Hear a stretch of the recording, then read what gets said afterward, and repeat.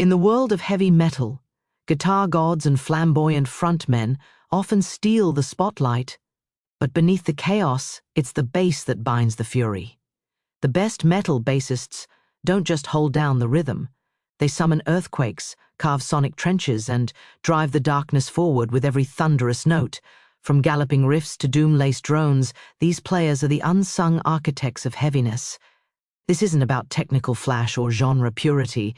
It's about impact, legacy, tone that rattles your spine, and grooves that summon the pit. Whether they're wielding a fretless beast or slapping through sludge, these bassists have redefined what it means to play heavy. So crank the gain, feel the rumble, and bow to the low-end titans. Here are the best metal bass players to ever shake the earth. Number 5, Justin Chancellor, Tool.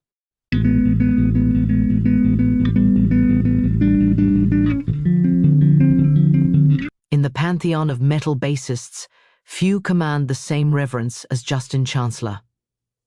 His name may not evoke the immediate thunder of a Geezer Butler or the raw aggression of a Cliff Burton, but Chancellor's contribution to heavy music is no less seismic.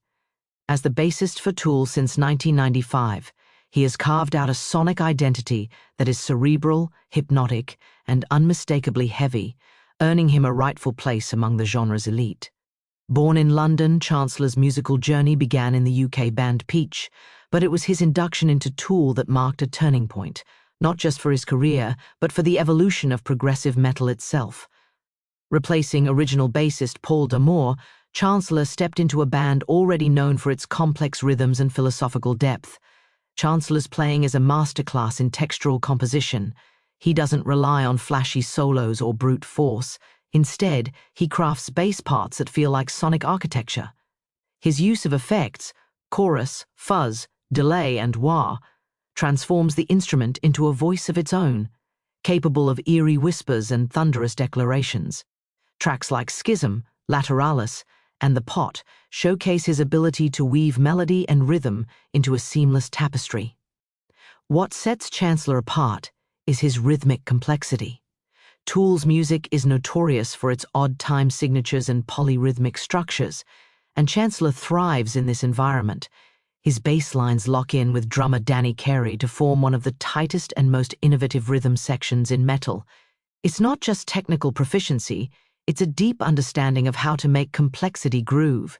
In a genre often dominated by speed and aggression, Justin Chancellor stands as a reminder that heaviness can be intelligent, nuanced, and hauntingly beautiful. His bass doesn't just shake the ground, it guides the listener through a labyrinth of sound and emotion. Number 4, Rudy Sarzo.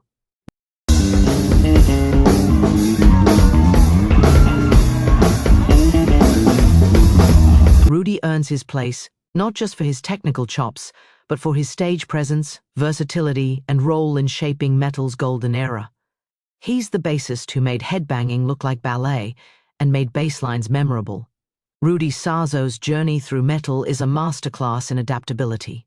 Born in Havana, Cuba, Sarzo immigrated to the US and began his career in the mid-70s.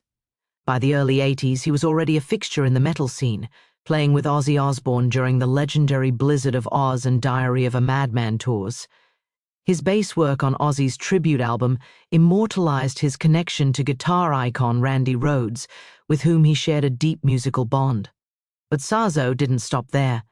He helped launch Quiet Riot into the mainstream with their 1983 album Metal Health, the first heavy metal record to reach #1 on the Billboard charts. His bass lines on tracks like Come On, Feel the Noise, and Bang Your Head weren't just solid, they were anthemic, driving the songs with melodic punch and rhythmic swagger.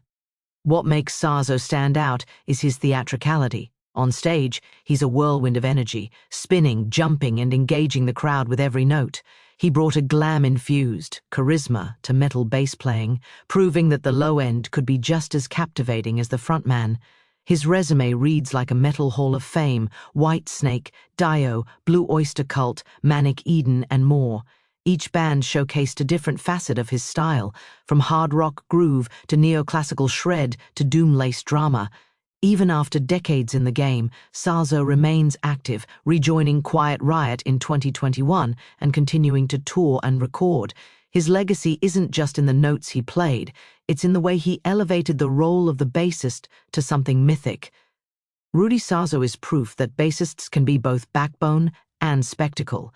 He didn't just play metal, he performed it with every ounce of passion and precision. Number 3. Steve Harris, Iron Maiden.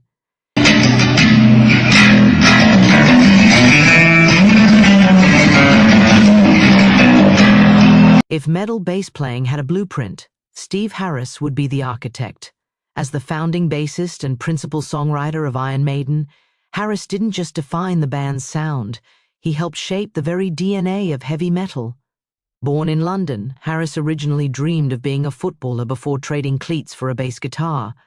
By 1975, he had formed Iron Maiden, and with it, a new era of metal was born. His signature galloping bass lines, fast, rhythmic triplets that drive songs like Run to the Hills and The Trooper, became a hallmark of the genre, influencing countless bands across thrash, power, and traditional metal. But Harris isn't just a player, he's a visionary. He's written or co-written the majority of Maiden's catalogue, crafting epic narratives that span history, mythology, and dystopian futures. His bass isn't buried in the mix, it's front and center, often doubling guitar riffs or leading melodic passages with clarity and aggression.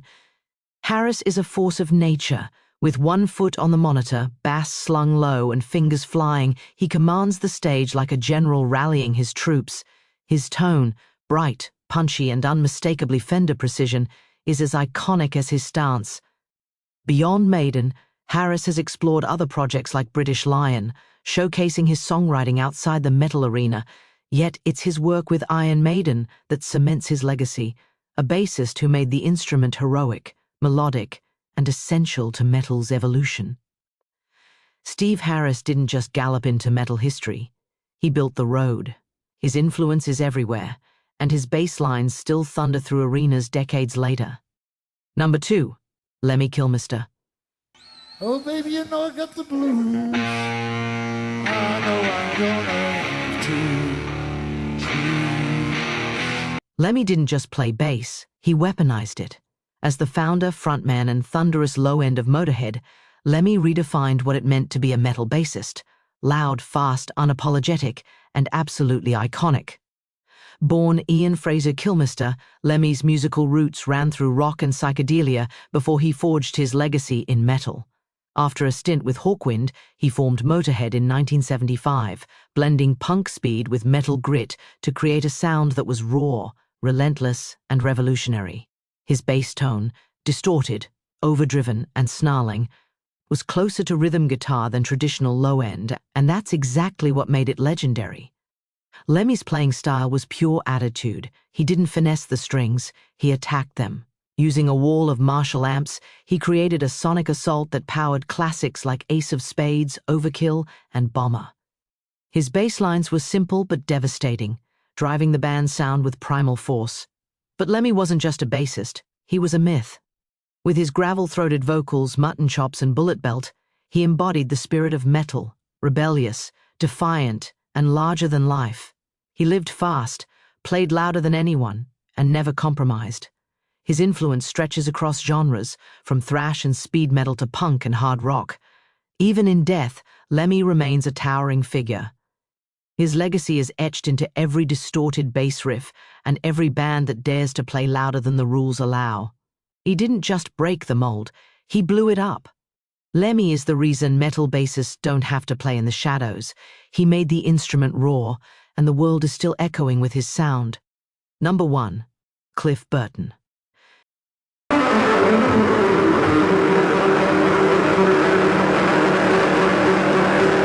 Cliff didn't just play bass, he reinvented it. In his brief but blazing time with Metallica, Burton redefined what the instrument could be in metal: melodic, orchestral, aggressive, and emotionally devastating. He wasn't just a bassist, he was a composer of chaos. Born in Castro Valley, California, Burton joined Metallica in 1982 and immediately reshaped their sound. While most metal bassists were content to follow the guitars, Burton challenged them. His classical training and love for Bach infused his playing with harmonic depth, while his punk roots gave it raw edge. The result? A style that was as intellectual as it was visceral. His signature moment, anesthesia, pulling teeth, wasn't just a bass solo, it was a declaration. Distorted, wah-drenched and performed live with surgical fury, it proved that bass could lead, shred, and scream. Burton's use of effects, fingerstyle technique, and compositional instincts made him a pioneer of melodic metal. But it wasn't just about skill. Burton brought soul to Metallica's early thrash. His contributions to albums like Kill 'Em All, Ride the Lightning, and Master of Puppets elevated the band's sound from raw aggression to something mythic. Tracks like For Whom the Bell Tolls and Orion showcase his ability to craft basslines that are haunting, cinematic, and unforgettable. Tragically, Burton's life was cut short in a bus accident in Sweden in 1986. He was only 24, but his impact is eternal. Metallica's sound and metal itself was forever changed by his presence. His legacy lives on in every bassist who dares to be more than background, in every player who treats the bass as a weapon of emotion and complexity. Cliff Burton is first because he didn't just play metal, he elevated it. He made the bass a voice of tragedy, triumph, and transcendence. And even in silence, his notes still echo, forever ingrained in every distorted note played since he gave metal purpose. From the subterranean rumble of doom to the lightning-fast gallops of thrash metal bassists are the unsung architects of heaviness. They don't just hold the line, they redraw it, anchoring chaos with groove, grit, and godlike tone. Whether it's Cliff Burton's wah-drenched solos, Steve Harris's galloping precision, or Les Claypool's genre-defying weirdness, each bassist brings a unique alchemy to the low end. They're not just rhythm keepers, they shape the soul of metal with every downstroke and distorted growl. So here's to the ones who play beneath the spotlight, yet command it with every note. The best metal bassists don't just support the riff, they summon the abyss.